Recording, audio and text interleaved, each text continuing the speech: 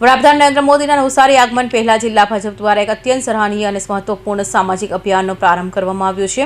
નવસારી જિલ્લાના કુપોષણ મુક્ત કરાવવાના લક્ષ્યાંક સાથે કુપોષિત બાળકોને સુપોષિત બનાવવાનો દ્રઢ સંકલ્પ લેવામાં આવ્યો છે। નવસારીના બીઆર ફાર્મ ખાતે જિલ્લા ભારતીય જનતા પાર્ટી દ્વારા કુપોષણ સામે એક મોટું યુદ્ધ છેડવામાં આવ્યું છે।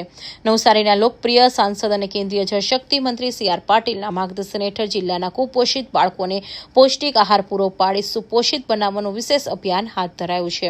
આ પ્રસંગે ઉપસ્થિત તમામ આંગણવાડી બહેનો પૌષ્ટિક આહાર વિશેષ કિટનું વિતરણ કરવામાં આવ્યું હતું।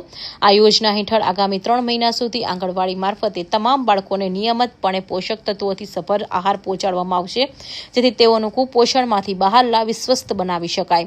વડાપ્રધાનના આગમનના પૂર્વ લેવાયેલો આ સંકલ્પ નવસારી જિલ્લાના હજારો બાળકોને સ્વસ્થ અને ઉજ્જવળ ભવિષ્ય માટે એક વરદાન સાબિત થશે। નમસ્કાર મિત્રો, માનનીય પ્રધાનમંત્રી શ્રી નરેન્દ્ર મોદી સાહેબ નવસારી જિલ્લામાં એક પ્રવાસનો કાર્યક્રમ ગોઠવાઈ રહ્યો છે। માનનીય પ્રધાનમંત્રી મોદી સાહેબ જ્યારે કોઈ પણ શહેરમાં કે નગરમાં જ્યાં જાય છે ત્યાં એક અઠવાડિયા પહેલા સફાઈ ઝુંબેશ ચાલવી જોઈએ એમનો આગ્રહ પણ હોય છે। અને સ્વાભાવિક છે કે એના કારણે ગામ, નગર કે શહેર એ સ્વચ્છ બની જતું હોય છે। પણ જ્યારે નવસારી જિલ્લો માનનીય પ્રધાનમંત્રી મોદી સાહેબના સ્વાગત માટે અનેરા ઉત્સાહ સાથે વિવિધ કાર્યક્રમોનું આયોજન કરી રહ્યો છે।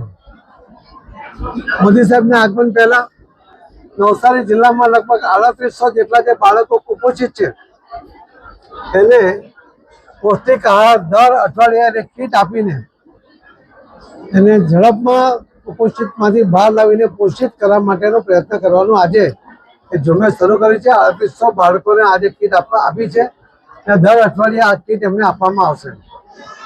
આપણે જે સગર્ભા બહેનો છે, જે વીક છે શારીરિક રીતે, ઓછી ઉંમરમાં લગ્ન થવાને કારણે કોઈનો શારીરિક વિકાસ નહીં થયો હોય તેવા ટાઈમે ગર્ભવતી થઈ જાય તો એના કારણે બહેન પણ વીક હોય અને એનો બાળક પણ કુપોષિત આવે, એટલા માટે એવી જરૂરિયાતમંદ બહેનોને પણ અમે એને પૌષ્ટિક આહાર આપીને એ બહેન પણ પોષિત થઈ જાય, આવનારું બાળક પણ કુપોષિત ના અવતરે, પોષિત જ અવતરે એના માટેની પણ ઝુંબેશ શરૂ કરવા। નવસારી જિલ્લાના તમામ ટીબી પેશન્ટોને એના વાલીઓને બોલાવીને 3 મહિનાની કીટ સરકારમાંથી મદદ મળે છે, પણ એ સિવાયની અલગ કીટ વધારાની આપીને એમને પણ ટીબીમાંથી મુક્ત કરવા માટેનો પ્રયત્ન કરવા તરફ જઈ રહ્યા છે। સરકારની યોજનામાં જે વિધવા બહેનોને પણ જે કોઈને પેન્શન ના મળતું હોય તો એની પણ ઝુંબેશ કરીને નવસારી જિલ્લાને તમામ જે વિધવા બહેનો જેને પેન્શનનું ફોર્મ ન ભર્યું હોય બધાને ફોર્મ ભરાવીને એને પણ પેન્શન મળતું થાય એનો પણ પ્રયત્ન અમે સૌ અધિકારી કર્મચારીઓ સાથે મળીને અને કાર્યકર્તાઓ સાથે મળીને કરી રહ્યા છીએ। અમે માનનીય પ્રધાનમંત્રી મોદી સાહેબની એક જે સુકન્યા સમૃદ્ધિ યોજના છે એમાં પહેલાં પણ 44,000 જેટલી બહેનોને નવસારી સંસદીય મત વિસ્તારમાં એમનું એકાઉન્ટ ખોલ્યું હતું ને 250 રૂપિયા એમાં પહેલાં જમા કર્યા હતા। એમાં મહેન્દ્ર બ્રધર્સ નવસારી તરફથી એ મદદ મળી હતી। હવે બાકીની જે દીકરીઓ એના જે એકાઉન્ટ ખોલવાના છે એના પણ એકાઉન્ટ ખોલીને એમાં પહેલો હપ્તો 250નો ભરાવીને મા બાપ બાકીના સમયમાં એમના પૈસા ભરે પણ એનું એકાઉન્ટ ખુલી જાય એના માટેની પણ અમે ઝુંબેશ શરૂ કરી રહ્યા છીએ। આવી અનેક વિવિધ યોજનાઓ દ્વારા નવસારી જિલ્લાને એક વિશિષ્ટ સ્થાન અપાવવું, માન્ય મોદી સાહેબની સરકાર, કેન્દ્ર સરકાર અને રાજ્ય સરકારની અનેક યોજનાઓ જેના લાભાર્થી સુધી પહોંચવા માટે અમે એમાં પણ અમે પ્રયત્ન કરીને ઝુંબેશ શરૂ કરી રહ્યા છીએ।